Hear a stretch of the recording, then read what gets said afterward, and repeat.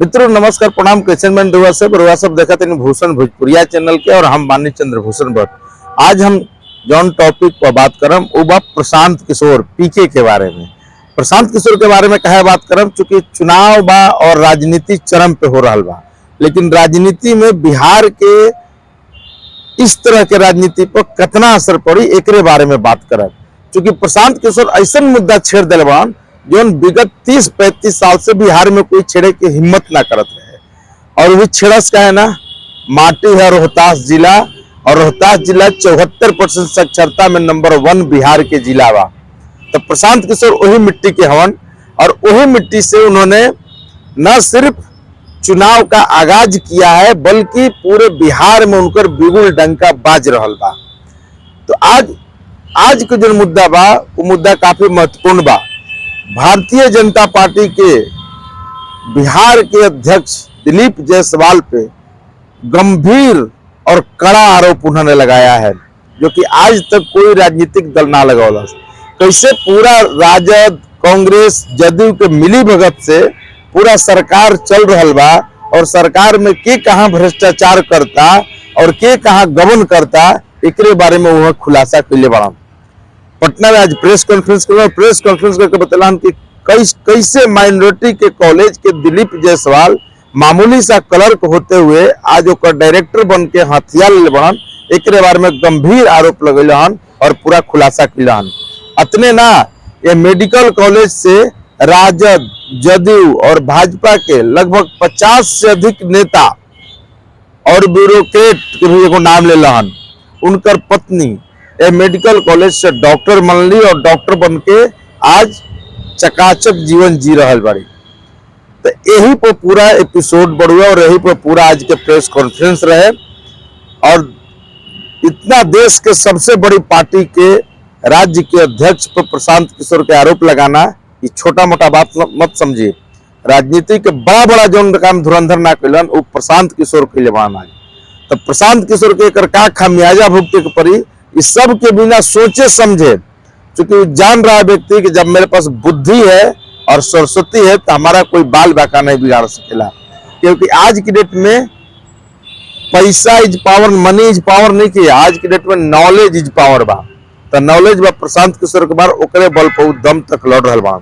न सिर्फ दिलीप जायसवाल पे आरोप लगेले हन बल्कि दिलीप जायसवाल पे कानूनी तरीका से भी लड़ाई लड़के और वो माइनॉरिटी परिवार के, सिख परिवार के इंसाफ दिलावे के आज बिगुल फूक दिलवा।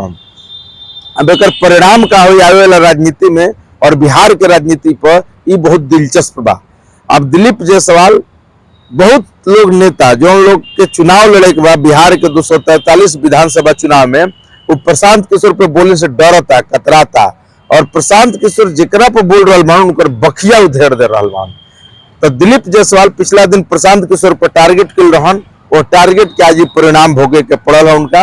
और एक 7 दिन बाद फिर प्रशांत किशोर अल्टीमेटम देके कहल हन कि अगर वो फिर कुछ बोली हन तो उनकर और खुलासा करब कि आगे क्या करना माकिल। यानी सोची कि गेम बहुत तगड़ा बा और बहुत बड़ा गेम बा। ये गेम में कई सूत्रधार मान, ब्यूरोक्रेट होके, नेता होके, जुडिशियर से होके या फिर पत्रकार से होके, सब कोई के पर्दाफाश प्रशांत किशोर करी हैं। लेकिन एक जवाब अब दिलीप जायसवाल कैसे देता राजनीतिक रूप से और सच्चाई एक कैसे राजनीति रख रहा ये देखे की जरूरत बा। अगर दिलीप जायसवाल में हैसियत बा, ताकत बा, हिम्मत बा तो प्रशांत किशोर के लगावल आरोप पर बिंदु बार जवाब देवे के चाहिए। और देश की इतनी बड़ी पार्टी जिसकर चाणक अमित शाह के कहल जाला वो पार्टी के राज्य अध्यक्ष के पाई के हिसाब भी देवे के चाहिए कि वो क्लर्क से वो कॉलेज के मालिक कैसे बने और मालिक बनलन तो कौन कौन राजनेता के साफ उन्होंने कहलन प्रशांत किशोर कि लालू परिवार के साला के घर के चाहे लोग डॉक्टर बना लोग राधा मोहन सिंह के नाम ले लहन। एक जोन जांच करके जोन सिख माइनॉरिटी कमेटी के जोन ओकर जोन ट्रस्टी के हत्या के बाद, मर्डर के बाद दिलीप जायसवाल पर गंभीर आरोप बा। ओकरा में जोन एसपी जांच करके क्लीन चिट दिलस दिलीप जायसवाल के, ओकर पत्नी कैसे डॉक्टर बनली, कई खुलासा भी कैलन और कहलन कि आगे 50 से अधिक नाम के खुलासा करम कि कैसे कैसे लोग डॉक्टर बनल। यही नाम मेडिकल कॉलेज में पिछला साल आयुष्मान कार्ड से कितना फर्जी निकासी भइल बा और खांसी सर्दी बुखार में लोगों को एडमिट करके कितना पैसा निकाल गया बा आयुष्मान कार्ड के जरिए, इहो घोटाला के ऊपर पर्दाफाश करियन अगला एपिसोड में।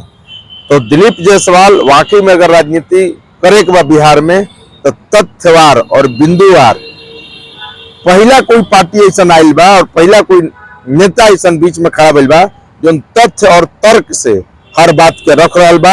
ये लोग समझ रहे कि आज तक राजनीति में हमने के कोई दबावे लाना है, लेकिन ऐसा धुरंधर अभी पैदा ले बा कि बढ़िया बढ़िया लोग सोचता कि हम ओकरा के खिलाफ बोली कि ना बोली, और जे बोली टारगेट में आ जाए। सब पिछला बार सम्राट चौधरी बोलन, उनको के टारगेट पर ले पूरा परिवार के, अशोक चौधरी के लिए सब जना शांत बैठल बा। देखिए आगे का हो रहा बा, लेकिन दिलीप जायसवाल के पूरा बात के जवाब बिंदुवार देवे के चाहिए। अगर गलती भइल बा तो राज्य के अध्यक्ष से इस्तीफा के साथ साथ बीजेपी से भी कहलन कि मोदी जी के बगल में बैठे के कोई हक नहीं है। तो बढ़िया ललकार, बढ़िया चुनौती प्रशांत किशोर दिलवान। अब राजनीतिक रूप से एकर का अंजाम होई, का परिणाम होई बिहार विधानसभा चुनाव में देखे के मिली। तो देखत रही, बड़ा मजेदार किस्सा बा और मजेदार चुनौतीपूर्ण कहानी बा। कैसे भ्रष्टाचार में राजनेता लिप्त बान, एक बढ़िया खुलासा प्रशांत किशोर के बान। अब देखिए एकर अंजाम का होला और आगाज भइल बा तो अंजाम कहाँ तक जाई। तो धन्यवाद रुआ देखत रहे। और प्रशांत किशोर तुरुप के इक्का बिहार के राजनीति के लिए साबित हुई। उनका सरकार बने चाहे ना बने, लेकिन इतिहास हमेशा याद रखे कि प्रशांत किशोर एक आयल रहन कि जौन हिला के रख ले रहन। अगर इस तरीका से लागल रहे तो सरकारों बने से कोई ना रोक सकेला। हम ना बिहार के युवा बोल रहा भाई, भी याद रखा रहुआ सब। तो सब चैनल के देखत रही, लाइक सब्सक्राइब करत रही और लोगों तक ये मैसेज पहुंचाते रही, शेयर करत रही। यही तरीका के नया नया जानकारी हम लोग के देम। हम बार बार कहने के नया नया जानकारी पर हमारा फोकस रहेला। ये बड़ा महत्वपूर्ण और नया जानकारी बा, तो एक बारे में हम बता देनी है। धन्यवाद।